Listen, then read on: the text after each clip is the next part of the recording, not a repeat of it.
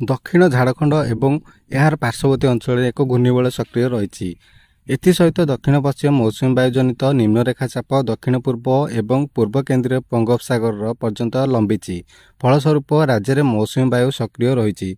शुक्रवार भुवनेश्वर, नयागढ़, कटक, खोर्धा, केउंझर और ढेंकानाल सह विभिन्न अंचल वर्षा होती। सन्धार भुवनेश्वर में अधघंटा धरी बिजुली घड़घड़ी सह प्रबल वर्षा होइथिबारु इस्कन मंदिर सम्मुख सहित सहर अनेक स्थान में जलमग्न परिस्थिति सृष्टि होइछि। भुवनेश्वर पाणीपाग विज्ञान केन्द्रर पूर्वानुमान आसंता 13 तारिख बेलू आसुछि एक बड़ वर्षा।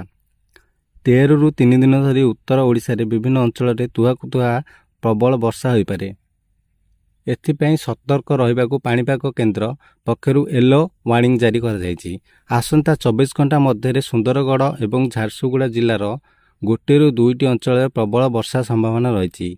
एही 2 जिलार किछि स्थान रे 7 रु 11 सेंटीमीटर वर्षा होइपारे। एथिपाई सुंदरगढ़ एवं झारसुगुड़ा जिला को पाणीपाग विभाग पक्षरु येलो वार्निंग जारी कराଯାଇଛି। गत 24 घंटा मध्य पुरी, नयागढ़, झारसुगुड़ा, अनुगुल, मयूरभंज, ढेंकानाल, संबलपुर, कोरापुट और कलाहांडी जिले में तुहाकुतुहा वर्षा होइछि। पुरी जिला अस्तरंग रे 84 मिलीमीटर, नयागढ़ जिला खंडपड़ा रे 69.2 मिलीमीटर वर्षा रेकर्ड होइछि।